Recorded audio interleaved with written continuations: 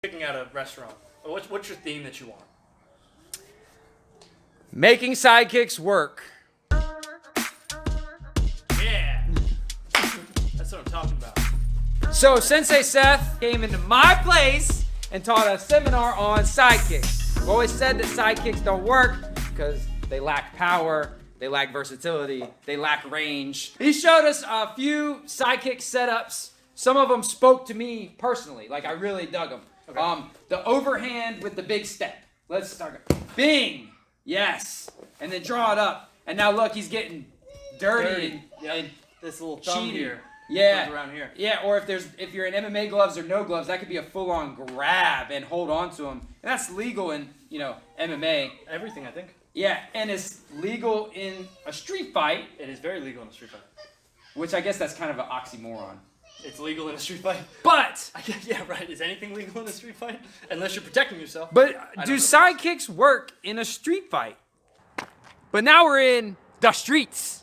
Yeah. Sidekicks for the streets. Sidekicks definitely don't work for self-defense or street scenarios. Right.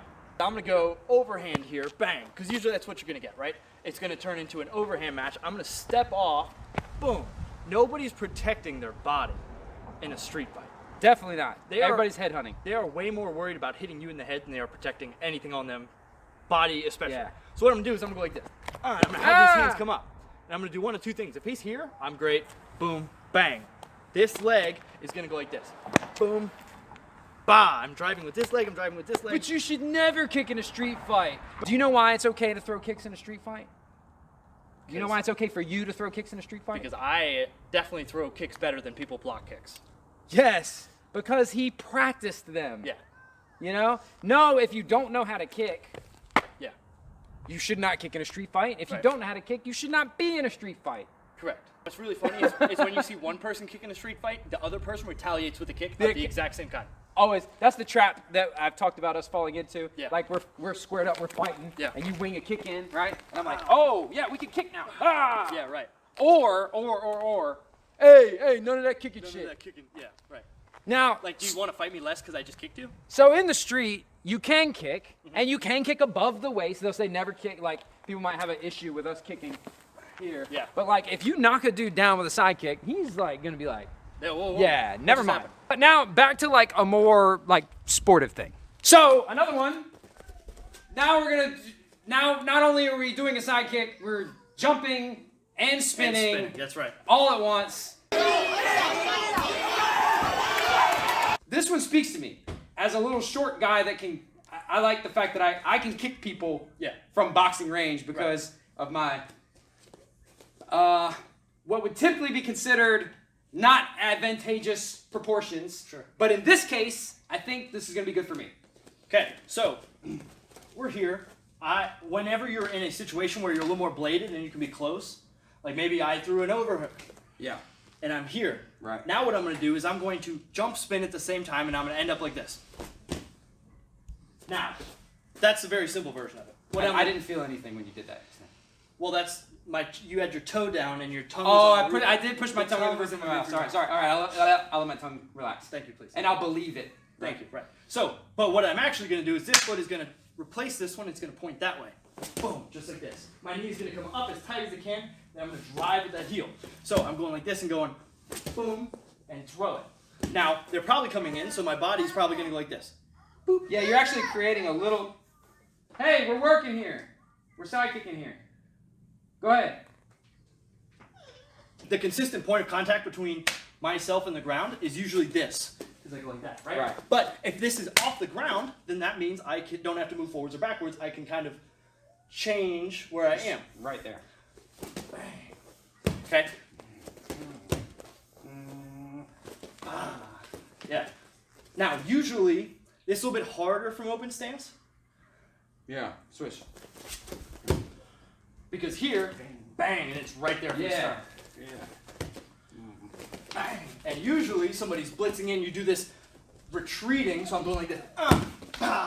Right.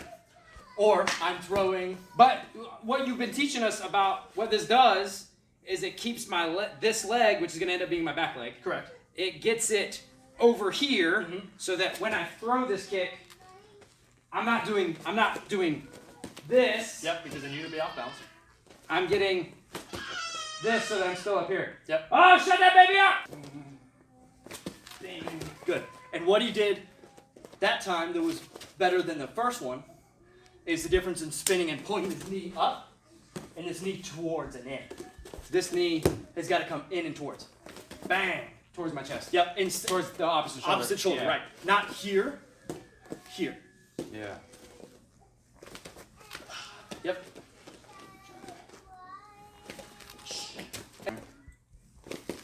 Yeah, that was great.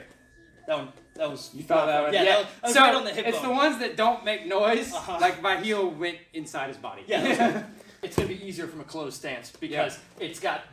Well, stop being like a weirdo karate southpaw guy and let me do it. Let me practice, I'm just man. trying to give the viewers the goods. This is on my channel. They didn't come to see that. They came to see this training. Hey! Hey! That's it. Foot a little bit further back. This one goes this way, Fred. Yep. Yep. Now time that up a little bit nicer. Good. I want to see you do it on the back. So. Better.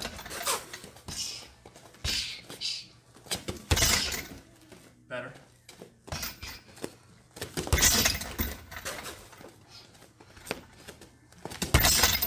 That was nice. That seems like it would hurt somebody. Yeah, especially because they're It not. would not be fun. Dude, if you're fighting someone and you do anything that looks like this, they're thinking like, green light. Yeah, right. You know, they're like, ah, boom. That's how you really get that nastiness. So I think I'm starting square. That might be why I'm ending up over there. Yeah. Let me try it. Try it more bladed. Yep. All right. Give me more foot this way.